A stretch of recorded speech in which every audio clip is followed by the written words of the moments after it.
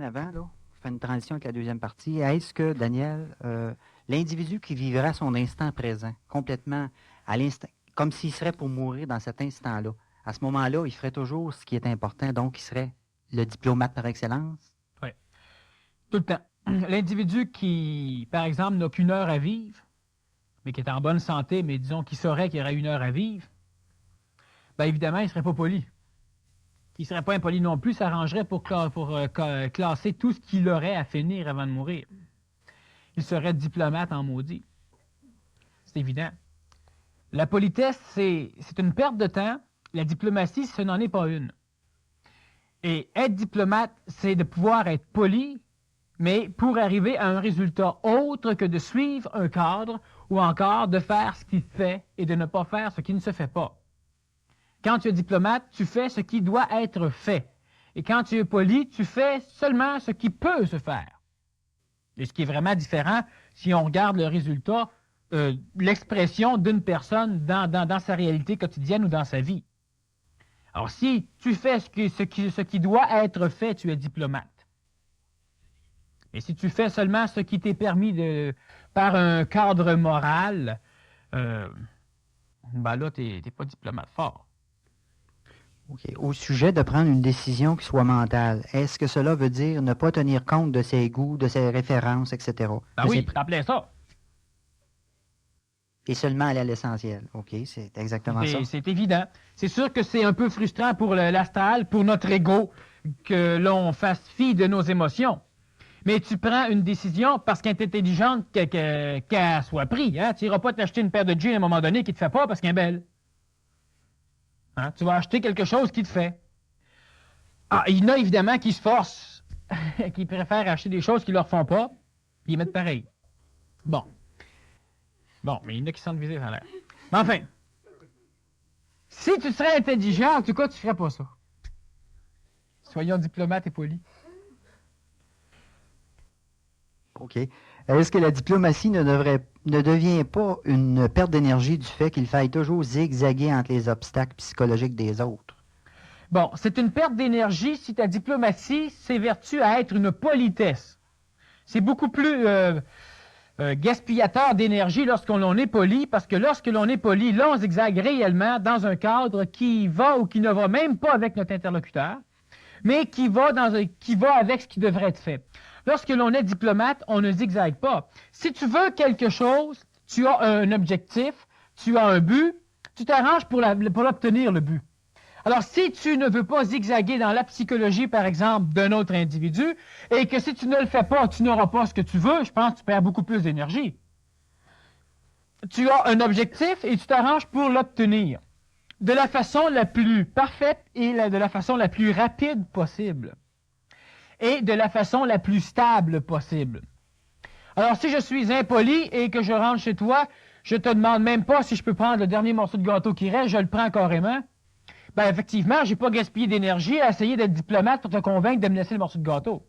Mais la prochaine fois que je vais venir chez toi, je risque de pas trouver pas en tout le gâteau qui va être bien caché. Alors, ce qui fait qu'en fin de compte, si je suis diplomate, ben, tous les fois que je vais venir, je vais pouvoir bouffer.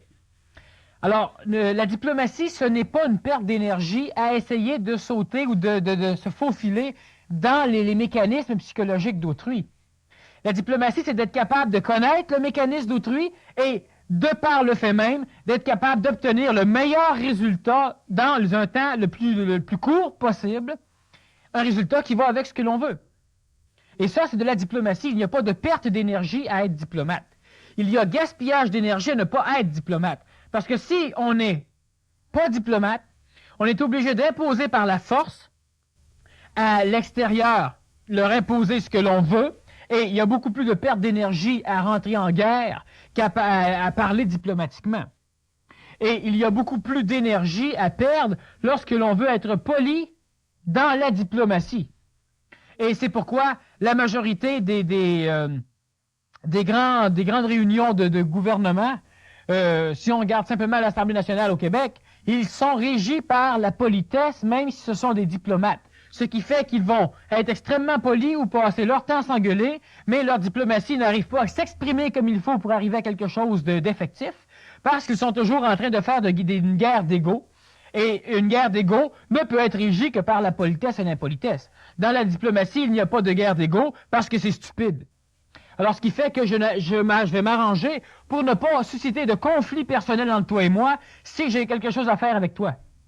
Et si je suis poli et impoli, ben à un moment donné, tu me tapes ses rognons, alors ce qui fait que la politesse ne peut pas se faire taire, alors je vais te dire quelque chose pour que tu te taises. Vu qu'on est régi par la politesse, c'est de l'impolitesse, tu le perçois comme étant de l'impolitesse, et là, tu commences à me dire que je suis impoli, puis en fin de compte, quand tu es en train de discuter, on n'en discute plus, on est en train de faire une guerre d'ego, et lorsque la guerre d'ego s'intensifie, ça finit par un conflit de personnalité qui fait qu'on fonde chacun notre parti politique, et puis on s'engueule, hein, qu'à savoir que tout ce que tu dis, c'est une stupidité, c'est mauvais pour tout le monde, et tout ce que je dis, c'est ça qui est bon, mais ça n'a on ne regarde jamais si réellement c'est bon ou pas bon.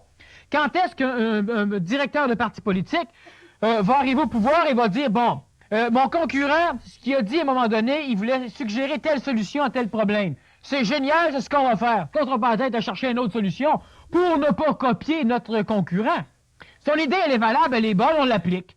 Puis s'il chiale qu'on copie, ben merde, on fait pas de politique pour trouver des idées originales.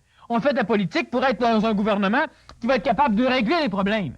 Si celui qui est notre concurrent a une solution valable et que c'est moi qui est élu, ah ben merde, la solution, je la prends.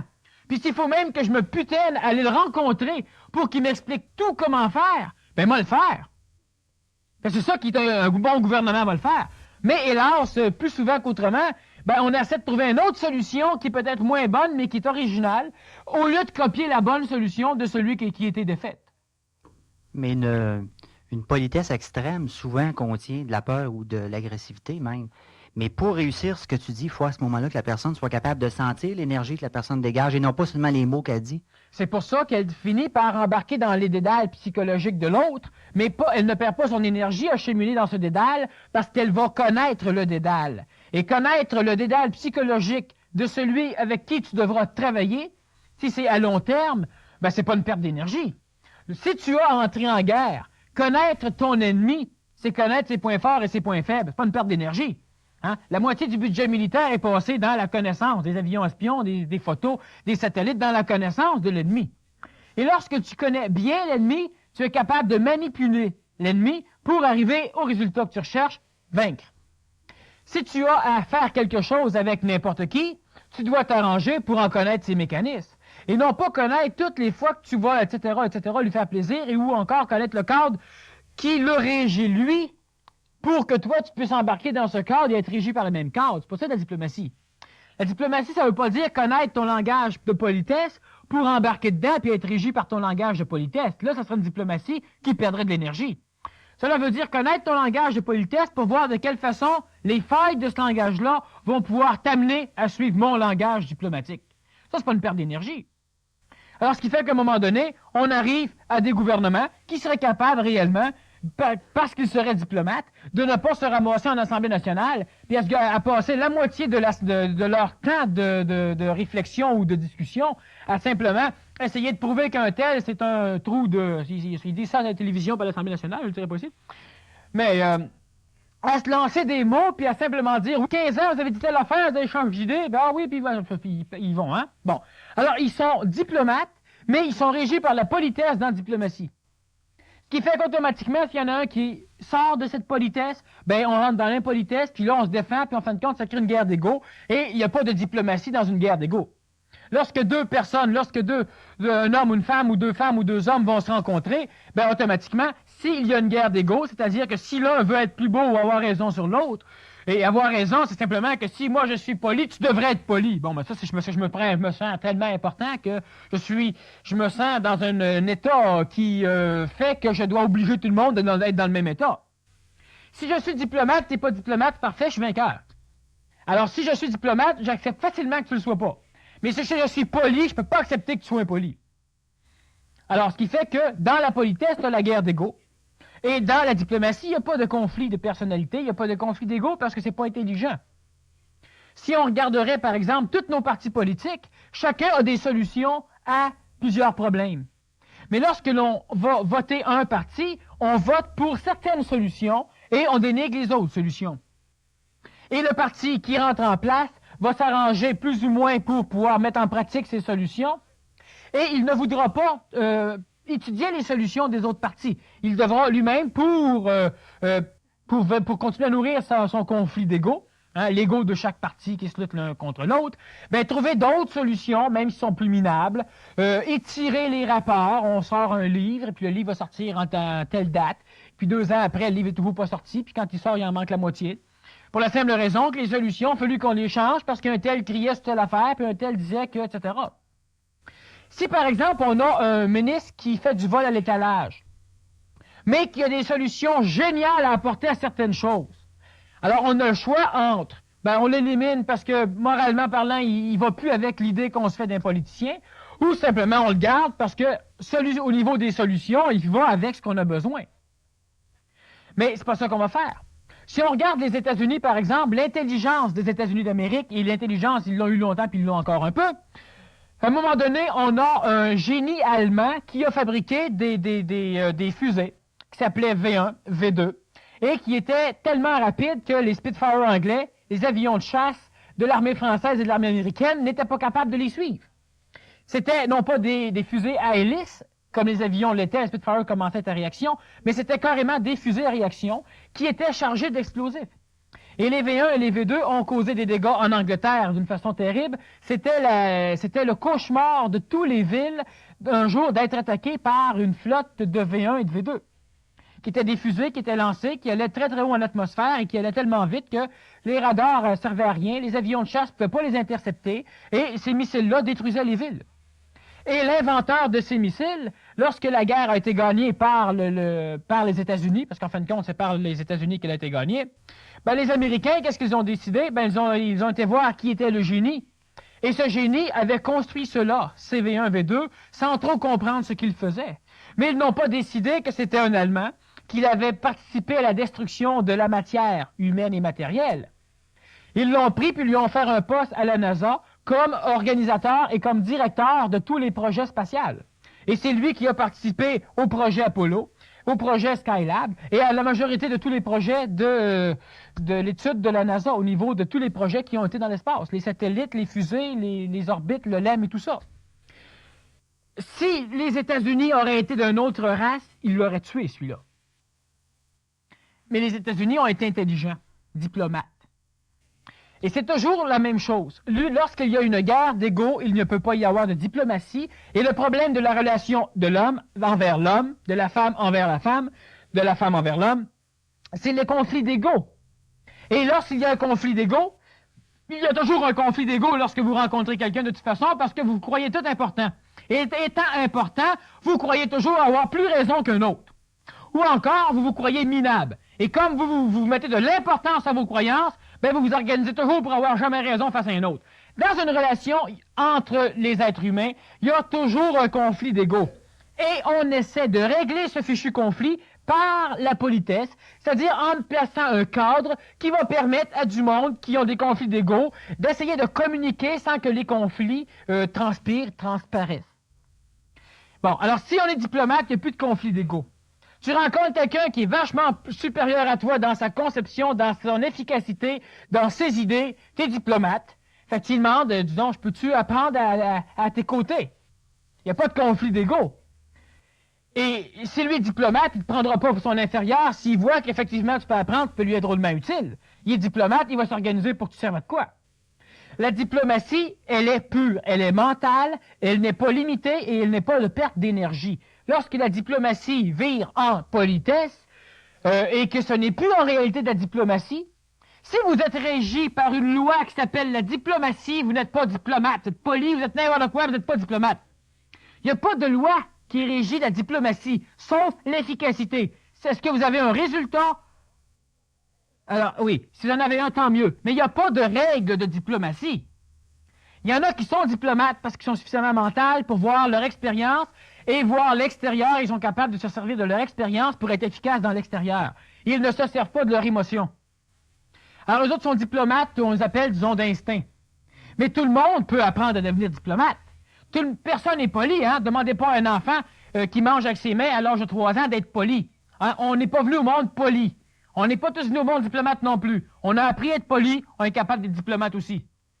Alors, ce qui fait que la diplomatie, ce n'est pas d'une perte d'énergie. Jamais, jamais, jamais. Et il n'y a aucune loi qui régit la diplomatie. Sinon, c'est plus de la diplomatie.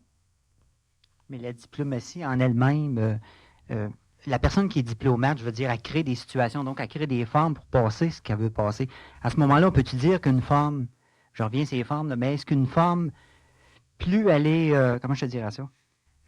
Moins une forme est pure, plus elle a besoin de temps pour évoluer. Ça dépend. C'est très, très vague, ce que tu dis là. Il faut remarquer que... Tu voulais dire de quoi, mais je pense pas que tu aies réussi. Je me suis perdu en cours de route. Ouais, Hein? c'est ce que je pensais. OK. On passe à une qui est écrite ici, là. Il va me frustrer. Il est diplomate. J'assiste souvent à des conférences ésotériques. Tous les conférenciers ont peur de parler du mal, appelé Satan. Ils parlent néanmoins de ne pas avoir peur. Qu'est-ce que la peur au diable? Connaissez-vous le mal? Satan peut-il vous agresser à cause de ce que vous dites?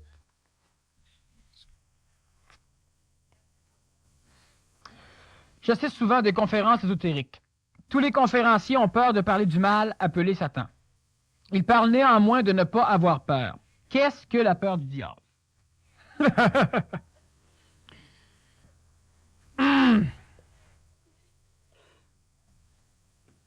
L'homme ne sait pas ce qu'est le diable. La peur du diable.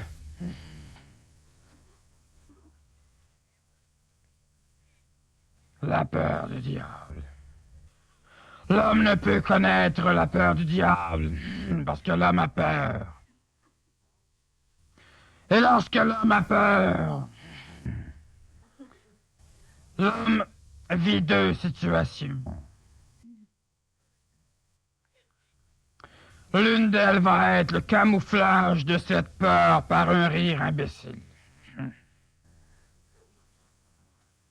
Et l'autre situation va être le rabaissement de son taux vibratoire. Et le rabaissement d'un taux vibratoire ne peut faire autrement, par amour, que d'attirer un taux vibratoire correspondant. Qu'est-ce que la peur du diable? La peur du diable, c'est la peur de toutes nos vibrations trop basses.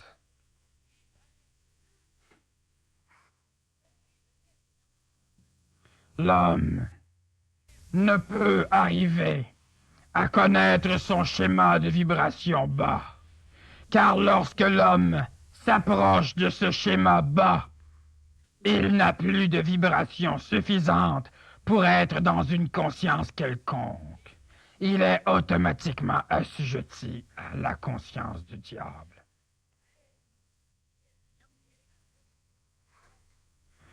Avoir peur du diable, il faut juste en parler pour déjà faire peur. Il suffit simplement d'aborder un concept diabolique, c'est-à-dire l'idée que vous vous faites vous-même du diable, pour susciter en vous un paquet de choses. Connaissez-vous le mal? Je connais le mal plus que le mal se connaît. Satan peut-il vous agresser à cause de ce que vous dites? Vu que je connais le mal plus que le mal se connaît, Satan ne peut pas m'agresser à cause de ce que je dis.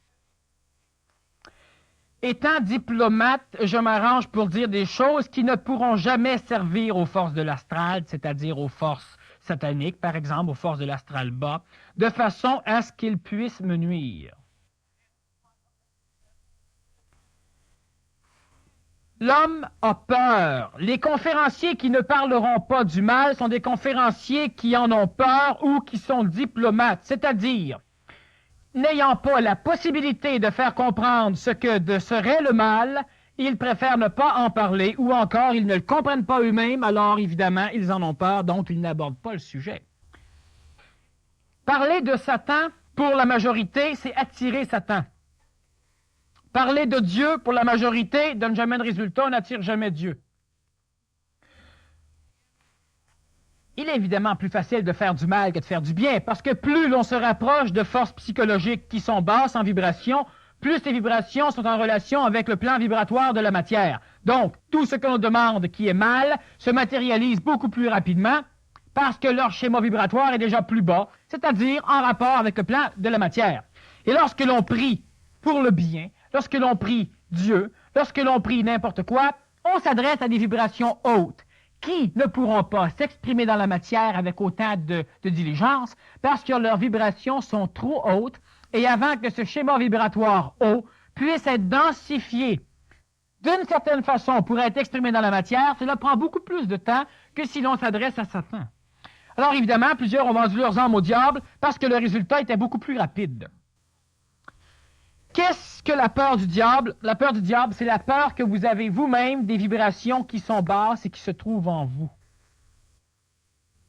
Et lorsque j'appelle Satan, je ne fais qu'appeler un égrégore vibratoire. Et cet égrégore vibratoire sera supporté par ma parole ou par votre parole et automatiquement votre taux vibratoire va baisser, il va diminuer. Très bas. Et la vibration de Satan va donc pouvoir prendre possession de votre vibration et vous aurez l'impression de toucher, d'être en relation, d'être en contact ou d'être possédé. Satan peut-il vous agresser à cause de ce que vous dites? Non. Parce que premièrement, Satan sait qui je suis. Sachant qui je suis, il ne viendra pas. La majorité des êtres qui évoluent, de l'homme, de la femme, ont suffisamment d'énergie dans leur propre psychologie pour faire fuir tout genre de vibrations sataniques. Mais étant donné que ce sont des énergies psychologiques, ces énergies sont des énergies peureuses. Elles ne connaissent que ce qu'elles connaissent et elles ne connaissent pas ce qu'elles ne connaissent pas. De par ce fait, elles ont peur d'expérimenter du nouveau. Vous avez peur d'expérimenter des choses nouvelles, sauf si la chose nouvelle peut vous amener quelque chose que vous connaissez déjà. Expérimenter Satan, cela veut dire expérimenter la capacité que l'on aurait, nous, de ne pas être possédés par une forme d'énergie basse. Cela veut dire rester hautement vibratoire, mais entouré d'énergie basse. Oui, mais avant, évidemment, de vouloir rencontrer Satan, cela voudrait dire que si quelqu'un vous engueule, vous ne perdez pas vos énergies et vous restez heureux, plein de bonheur. L'énergie d'une personne qui vous crie après et qui vous engueule est une énergie plus basse. Si elle vous ramène et vous vous engueulez tous les deux, appelez pas Satan. Comme le disait un de mes amis, Satan, c'est une énergie qui vient et quand elle vient, ça tend l'atmosphère.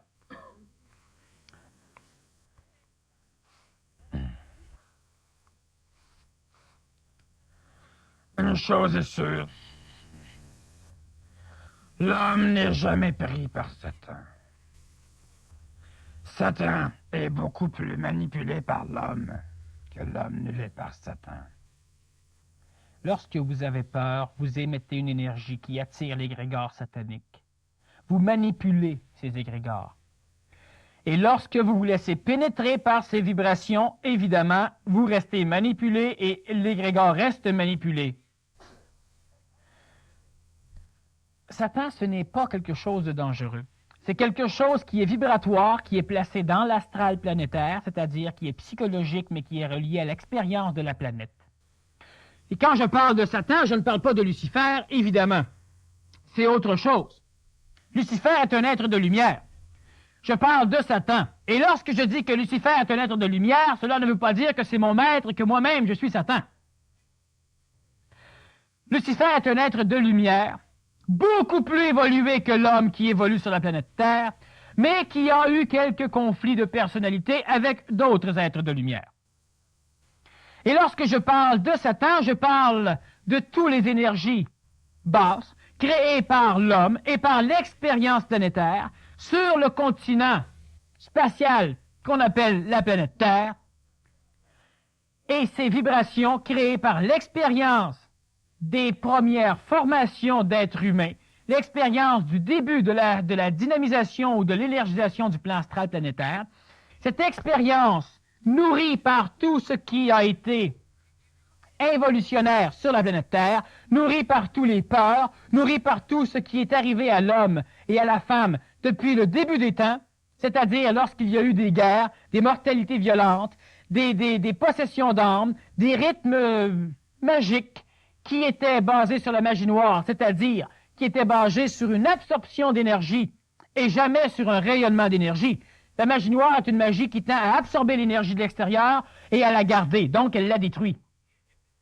Et les forces sataniques sont des forces que l'on appelle noires parce qu'effectivement, elles ont tendance à recevoir et à ne jamais rayonner. Et la magie blanche est une énergie inverse. Donc l'expérience humaine sur la planète Terre, la souffrance humaine, le désir humain, la jalousie humaine, tout ce qui dans l'homme amène l'homme à évoluer, c'est-à-dire à rabaisser son taux vibratoire, ont créé une entité égrégorien, c'est-à-dire une entité vibratoire mémorielle qui se promène dans l'atmosphère de la planète. Et cette entité existe réellement et on peut l'appeler Satan. Chaque fois que Satan se présente quelque part, c'est qu'il y a déjà au départ une espèce de faisceau d'énergie bas qui est en résonance avec l'égrégore satanique et on aura donc une atmosphère satanique. Et cette atmosphère satanique peut se répercuter et s'exprimer de différentes façons. Des façons olfactives, auditives, on sent des odeurs, on entend des bruits, certains phénomènes de télékinésie peuvent apparaître. Et n'importe quel homme ou femme qui est capable de se tenir debout, donc qui sait dans sa psychologie ce qu'elle est et qui a une phase mentale relativement évoluée en ce sens qu'elle est capable de se rappeler des expériences qu'elle a apprises au sujet du diable et de Satan, sans remonter avec ces expériences l'émotion de l'apprentissage, n'aura donc pas peur et sera capable de dire à Satan de bien vouloir prendre la porte parce que ça pue dans la maison. Et ce n'est pas une farce, mais n'importe quelle personne, prenez un individu qui est possédé, lorsqu'un prêtre vient le rencontrer, le prêtre ne supplie pas Satan, il ordonne. Et le prêtre n'étant pas convaincu, le prêtre n'étant pas dans son énergie, mais étant dans l'énergie d'une religion organisée, devra donc se servir d'un égrégore similaire à l'égrégore satanique, mais l'égrégore yavique, l'égrégore de sa religion, et il devra, par certaines formules, par certains rituels, magie blanche, il devra donc invoquer l'aide de Dieu pour que Dieu vienne chasser Satan. Mais le prêtre ordonne. Et si une personne est dans son énergie et dans sa conscience mentale, même si c'est une conscience débutante, elle n'aura pas besoin de se servir d'égrégore. Et Satan ne viendra pas la rencontrer. Alors, ce qui fait que moi, en ce qui me concerne, le diable et Satan, je suis beaucoup plus satanique pour Satan que Satan l'est pour moi. D'ailleurs, toutes les forces yaviques sont sataniques pour Satan. Si le vendeur diplomate dit des choses fausses pour vendre son produit, s'attire-t-il un karma négatif même s'il est efficace? Et deuxièmement, quelle est la nuance entre diplomatie et hypocrisie? Il n'y en a pas.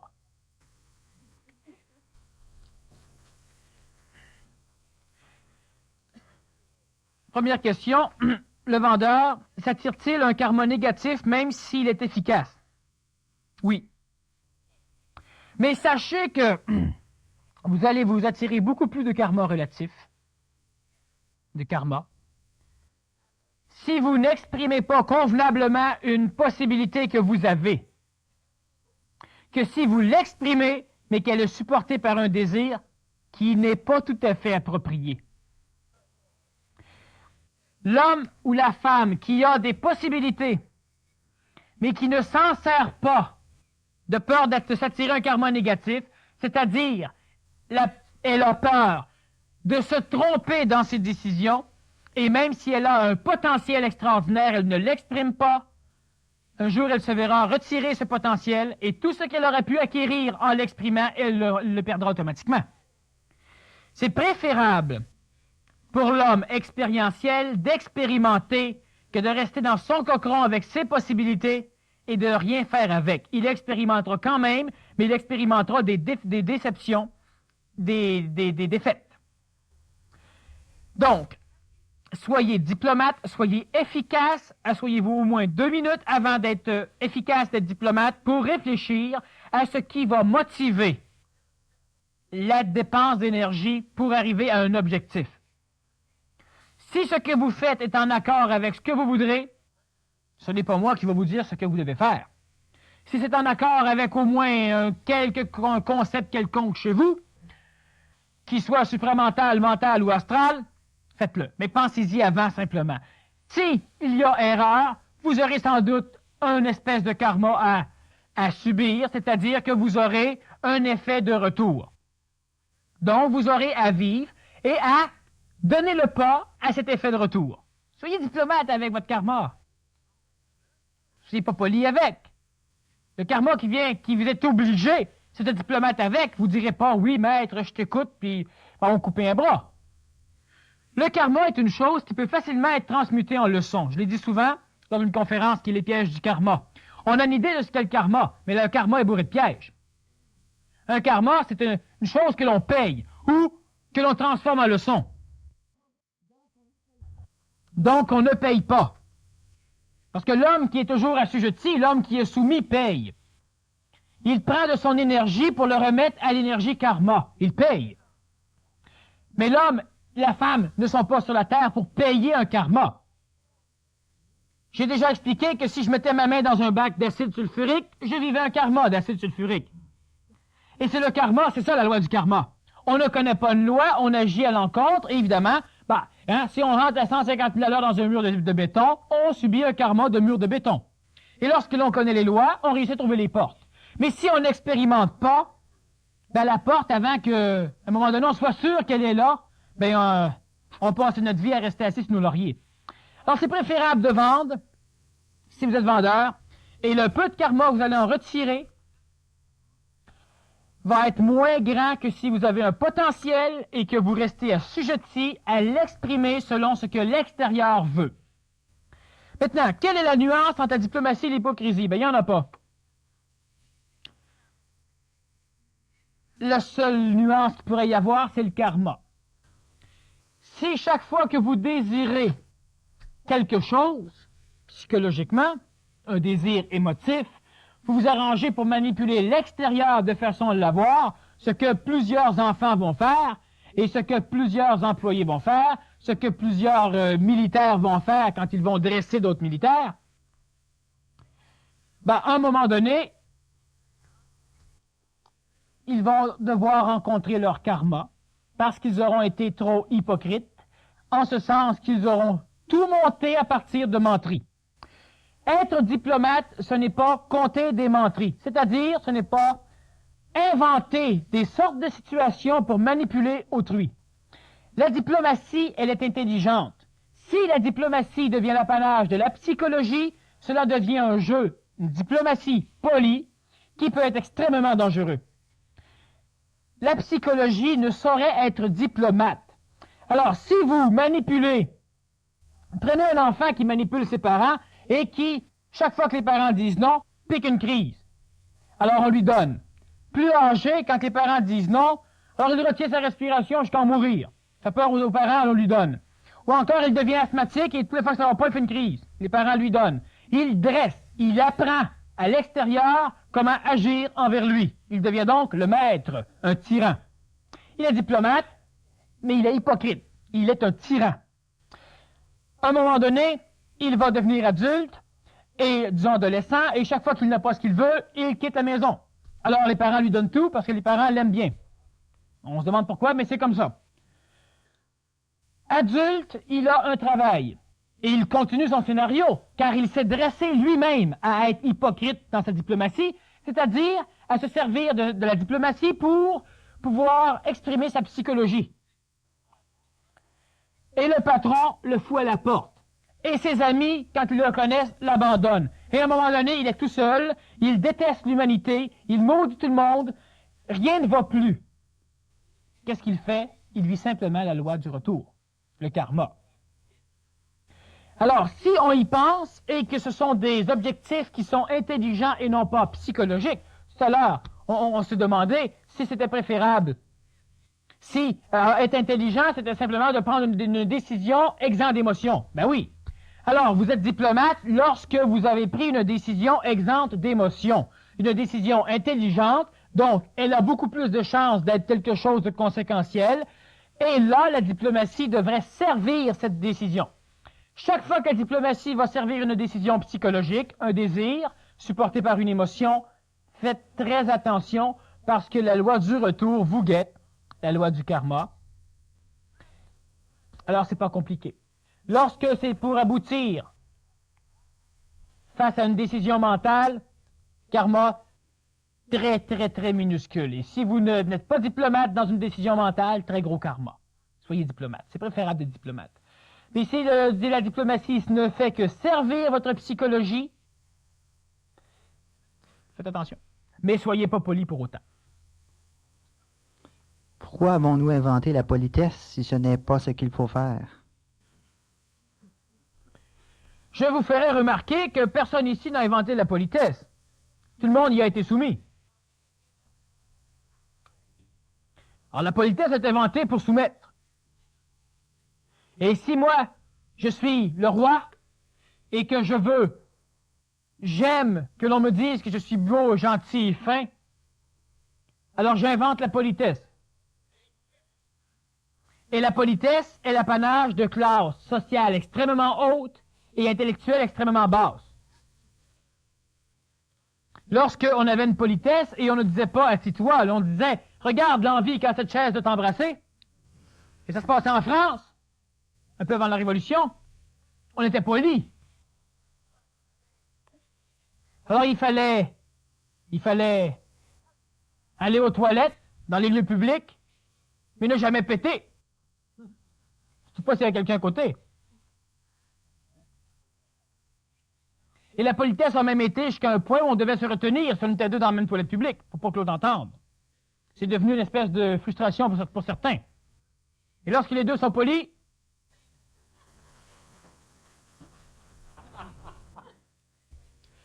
la politesse a été donnée à l'homme par l'homme inconscient. Et vous ne l'avez pas inventée, vous y avez été soumis à la politesse. La diplomatie n'a pas été inventée et personne ne peut s'y soumettre à la diplomatie. Vous décidez d'être diplomate et vous allez devoir régir votre diplomatie. Elle ne sera jamais la mienne. Vous voulez être poli? Allez suivre des cours de politesse. Et si vous l'êtes déjà, c'est qu'on vous a éduqué à être poli. Tu me donnes ceci, je te dis merci. Et toi, tu réponds bienvenue. Puis souvent, en fin de compte, celui qui dit merci, c'est même pas le bon. Non, ça, vous avez pu remarquer ça souvent. Pourquoi il m'a dit merci? Vous allez chez le vendeur, tu achètes quelque chose, tu lui donnes l'argent, lui te dit merci, toi tu dis merci, il dit bienvenue, puis toi tu dis bienvenue. Toi t'es chez lui. Bienvenue chez toi. Alors, c'est ça. Bon, alors voilà. Pourquoi l'homme est-il si effrayé de perdre sa contenance? Parce que l'homme, il est orgueilleux. L'orgueil, c'est l'expression de votre ego. C'est ce qui ressort de chez vous.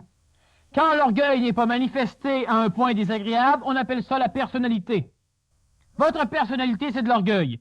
Et lorsque j'agresse un peu votre personnalité, elle se transforme effectivement en orgueil. Sa contenance, c'est que l'homme n'a pas appris à régir sa relation, à décider lui-même comment devrait se mener la relation, à décider, à penser sa relation, et vu qu'il ne l'a pas appris, qu'il ne sait pas qu'il peut l'apprendre, il est dans un cadre. Et s'il ne connaît pas tout le cadre de la politesse, il se sent nu. Il ne sait pas comment réagir. On n'a pas prévu pour lui comment il devrait réagir dans telle circonstance. Et c'est la contenance. Parce que la politesse, c'est ça. On a prévu pour vous tout ce que vous devriez faire dans telle ou telle situation. On a prévu pour vous. Pensez à ça. On ne vous a même pas demandé votre avis. On n'a même pas été poli. Pas inventer la politesse. Alors, il y a beaucoup d'agressivité, de peur, à certaines occasions. C'est simplement des défenses. Tout à l'heure, on parlait de Satan, il y en a qui riaient, c'est une défense. Lorsque l'on est agressif, lorsque l'on a peur, on exprime de l'orgueil. Et cet orgueil, elle est simplement l'expression d'une découverte de notre psychologie, de notre ego, qui découvre qu'effectivement, tous les schémas qui nous servent de base sont fictifs, donc muables. Alors, on piétine, on est dans le doute pour éviter de poursuivre la découverte que nos bases sont muables. c'est-à-dire que ma politesse n'est pas nécessairement immuable, que mes concepts, mes connaissances ésotériques ou de spiritualité ou de Dieu ne sont pas nécessairement immuables, pour éviter de pénétrer encore plus dans cette découverte vers le doute, alors je vais avoir peur, ce qui fait que je vais me défendre, donc je ferme les portes, ou je vais être agressif, donc je ferme les portes. Bref, l'orgueil, la personnalité, l'ego va tenter de s'exprimer de façon à empêcher la poursuite de la conscientisation. Pourquoi l'homme se sent-il effrayé de perdre sa contenance? Parce qu'il a l'impression qu'il ne fitera plus dans le cadre, donc il ne sera pas normal. Je vous dis que tout le monde doit arriver habillé en jeans. Si vous vous trompez de date, vous arrivez, tout le monde est en tuxedo. Vous perdez votre contenance. Parce que vous êtes anormal. Et l'homme poli a un grand intérêt. Il est voué à être assujetti à la masse, à être normal. Tout le monde le fait, je le fais. Tout le monde critique un peu que tout le monde le fait, je critique moi aussi, mais je le fais pareil. Alors, la contenance, c'est de perdre la face. Et perdre la face, c'est de l'orgueil. Je ne veux pas perdre la face. Je me sens trop important pour risquer de sentir que peut-être que je suis pas important. Alors, je m'arrange. Et j'ai peur de perdre la contenance, j'ai peur de perdre la face. Question aussi sur la différence entre l'amour et l'émotion. Bon, ouais. Une énorme différence. On l'a déjà vu en conférence une fois. Les raisons occultes de l'amour. L'émotion, c'est une énergie qui naît dans l'homme, qui naît dans la femme, lorsque l'être expérimente quelque chose. Chaque fois que mon regard, mes mains, mes sens vont percevoir quelque chose, visuellement, je touche, tout cela est transformé en influx électrique. L'influx électrique parcourt mes nerfs pour arriver à mon cerveau. Dans mon cerveau, ces influx électriques-là vont être transformés en énergie, énergie qui deviendra de la mémoire psychologique de l'astral. Maintenant, chaque fois qu'une influx électrique circule à l'intérieur de mon système nerveux ou de mon système cérébral, il circule à une certaine vitesse, qui varie de 20 mètres à la seconde, aller jusqu'à 60-80 mètres à la seconde. Alors, c'est suffisamment rapide dans le contexte de la distance du cerveau humain. Chaque fois qu'une énergie circule, elle dégage un champ électromagnétique. Ce champ électromagnétique dépend de la quantité d'énergie et de la vitesse avec laquelle cette énergie électrique va circuler dans mon système nerveux ou cérébral. Donc, le champ électromagnétique dégagé est une interprétation du message électrique qui sera acheminé dans mon circuit nerveux ou cérébral. Je touche quelque chose, en impulsion électrique, mes cellules sensorielles transforment en impulsion électrique le toucher, il est conduit par des nerfs sensitifs jusqu'à mon cerveau et il sera emmagasiné sous forme d'énergie en mémoire. L'électricité circulant dégage un champ électromagnétique comme dans les fils électriques, et ce champ électromagnétique est la représentation du courant électrique que j'ai eu dans mon nerf.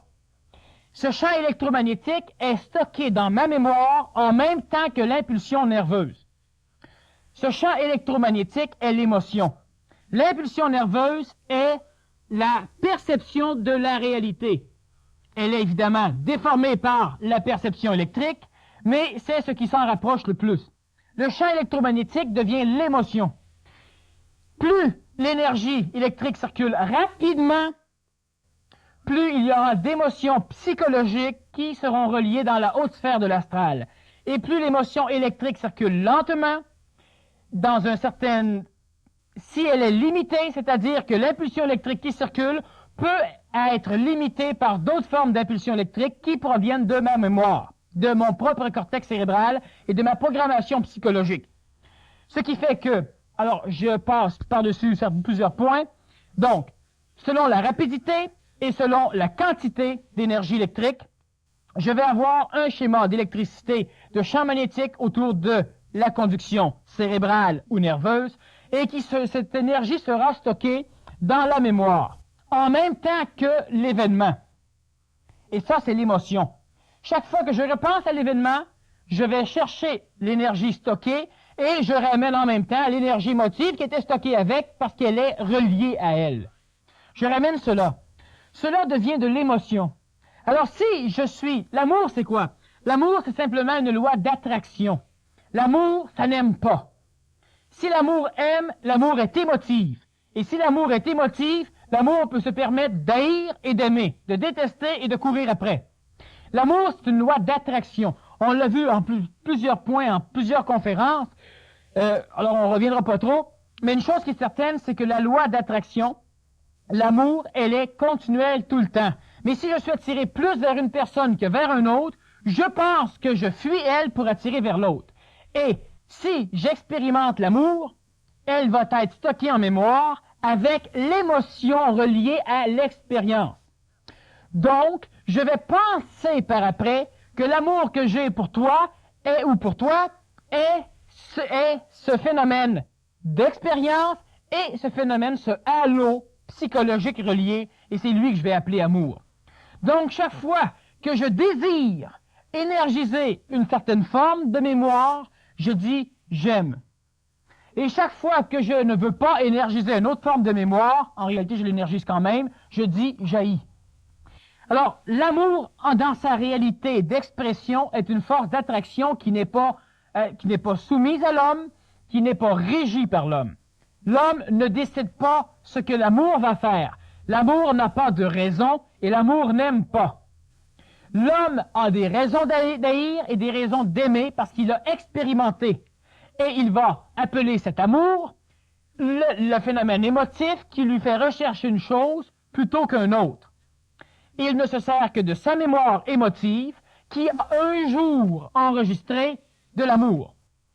Et maintenant qu'il croit connaître l'amour, chaque fois que l'amour se présente devant lui, il la refuse parce qu'elle n'est pas en parfaite similitude avec l'idée qu'il se fait de l'amour, idée emmagasinée avec les expériences où il a connu l'amour. Donc, l'émotion est une illusion de l'amour, et l'amour est une attraction non régie par l'homme, et l'amour n'a pas besoin de raison pour s'exprimer. Mais l'émotion a besoin de raison pour s'exprimer, elle a besoin de support pour s'exprimer, et si on efface la mémoire chez l'homme, il n'a plus d'amour, comme il l'entend. Si vous oubliez tous ceux que vous aimez, vous ne les aimez plus. C'est évident.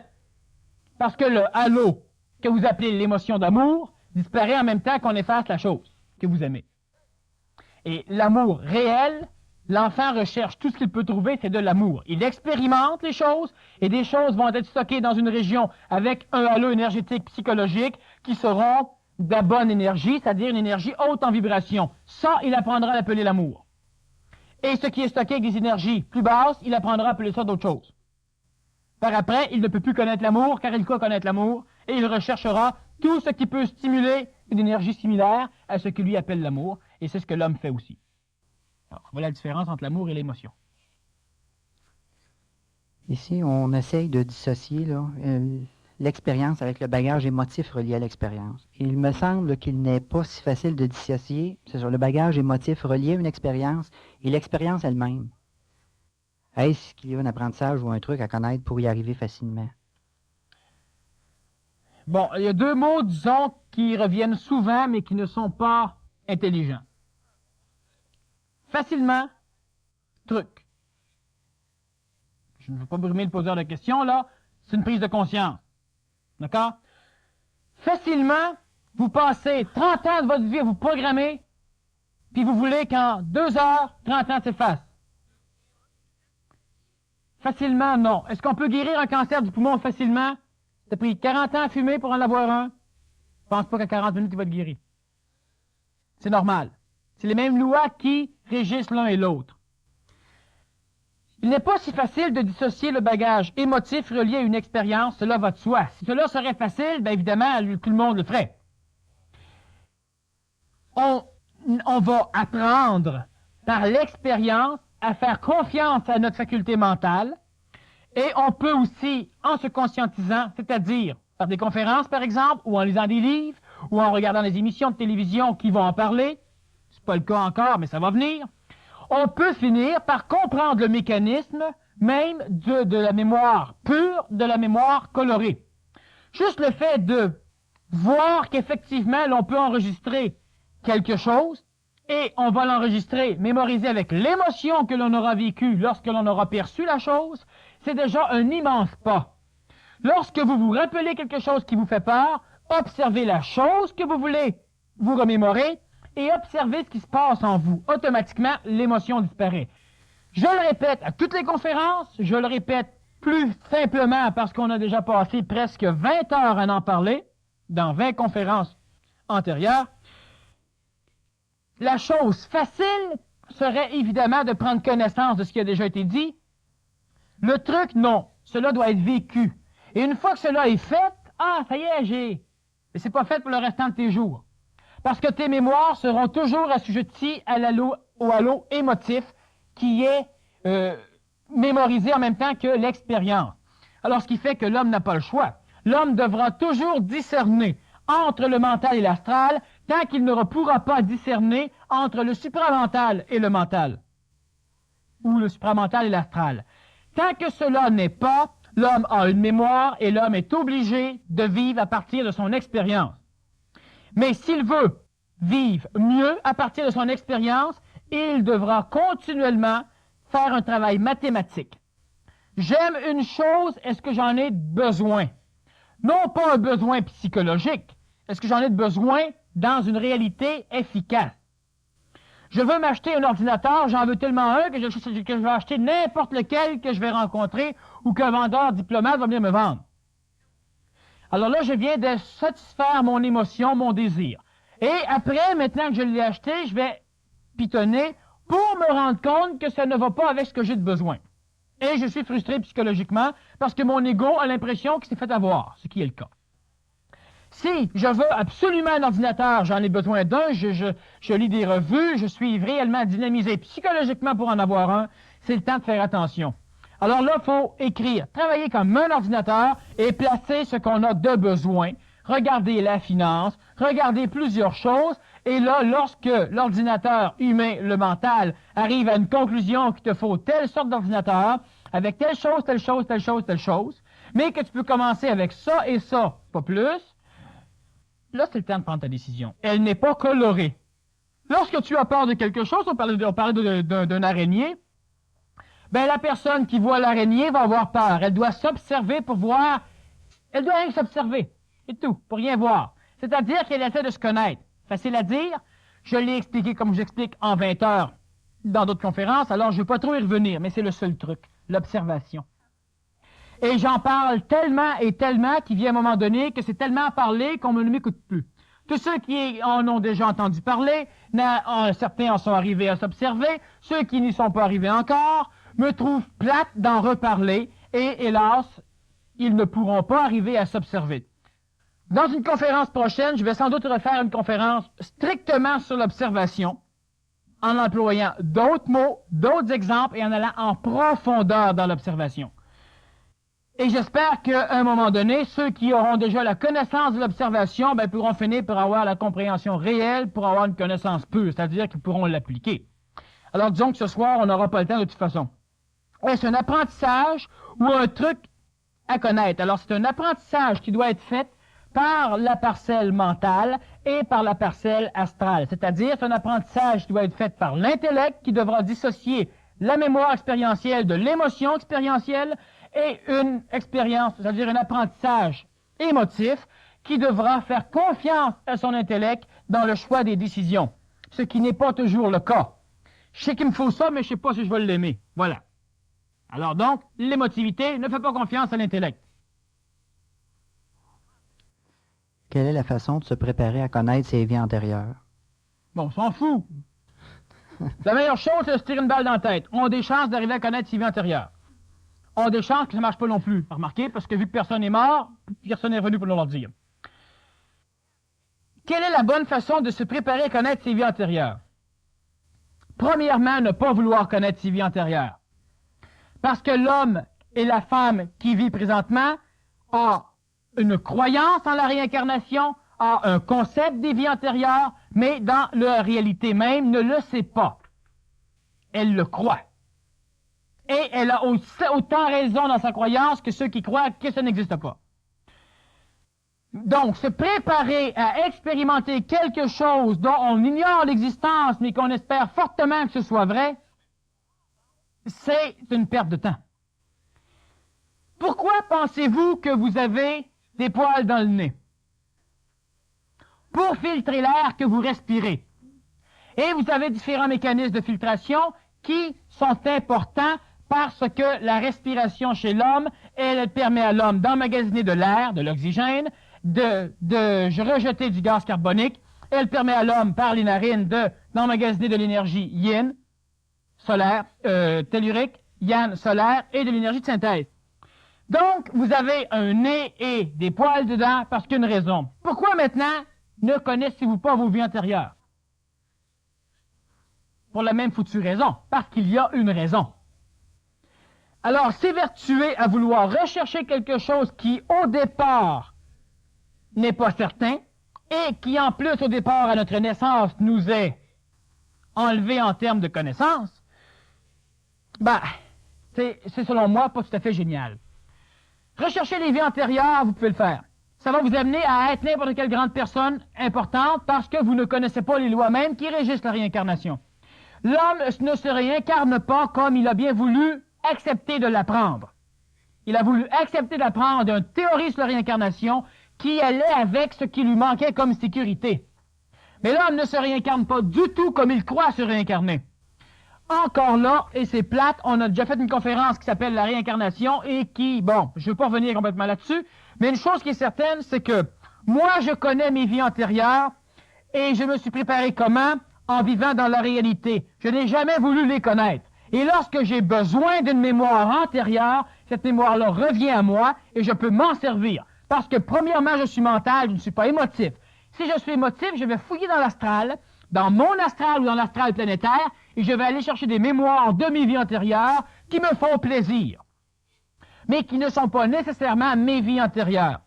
Et en plus de savoir que j'ai eu 350 000 enfants depuis que je suis vivant sur la planète Terre, de savoir que j'ai été empereur ou que j'ai été débile, cela ne m'amènera pas à améliorer mon sort.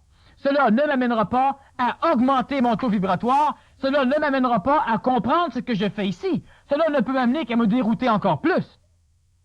Prenez Bridie Murphy, qui, à un moment donné, sous hypnose, est arrivé à régresser avant sa naissance, selon ce qui a été dit.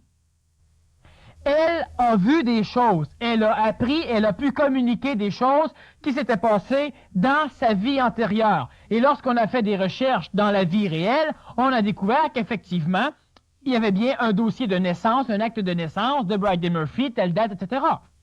Dans l'astral, il n'y a rien d'autre que ce qui s'est passé, mais c'est présent.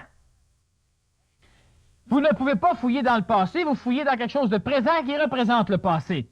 Et ce qui vous permet à tous vous autres, si vous allez dans l'astral par hypnose, par auto-hypnose, avec des drogues, dans un rêve ou n'importe quoi, d'aller fouiller dans la réalité, de fouiller dans un tiroir, de prendre un truc qui date de 1495, de regarder un nom, de fouiller dans la mémoire de cette personne-là et d'arriver à voir tout ce qu'elle a fait. Et si je vous dis au départ que je vais vous hypnotiser pour vous envoyer dans votre vie antérieure, bien, vous allez vous réveiller avec cette mémoire-là et vous allez dire, tiens, j'ai été un tel. Ça n'a rien changé. Bridie Murphy a souffert comme toutes les personnes. La personne qui se sentait Bridie Murphy a eu les mêmes phénomènes vibratoires, les mêmes phénomènes de souffrance, les mêmes phénomènes d'incompréhension que tous ceux qui ne connaissent, que tous ceux qui ne croient même pas à la réincarnation. La réincarnation, c'est un fait pour moi, mais c'est une théorie pour vous autres. Vous ne l'avez pas expérimenté. Et vouloir revenir dans les vies antérieures, c'est de vouloir rechercher quelque chose qu'on n'est pas sûr, vu qu'on espère que c'est vrai. C'est une perte de temps et une perte d'énergie. C'est très intéressant, je l'avoue. C'est extrêmement intéressant. Mais les souffrances n'en disparaîtront pas pour autant. Les misères non plus. L'homme qui connaît ses racines n'améliore pas nécessairement son sort. Ce n'est pas utile. C'est préférable d'essayer de se canaliser dans le vivant. Si vous allez dans vos réincarnations et vous découvrez tous vos vies antérieures et vous apprenez que tous ceux que vous avez été ont perdu toute leur vie à rechercher leur vie antérieure, ça vous arrange grand-chose. Jamais ils n'ont pensé évoluer, jamais ils n'ont pensé à vivre le moment présent, Chacun de ceux-là étaient des grands initiés qui ont passé leur vie à rechercher leur vie antérieure, et puis vous êtes un de ceux qui recherchent encore leur vie antérieure. Ben, ça vous fait une belle aventure. L'homme doit vivre ce qu'il est dans le moment présent. Le passé, c'est du passé. Et ça ne viendra pas expliquer le présent. Alors, on ne peut pas expliquer le présent à partir du passé. On peut essayer de déformer la perception du présent pour le faire fitter avec notre perception du passé.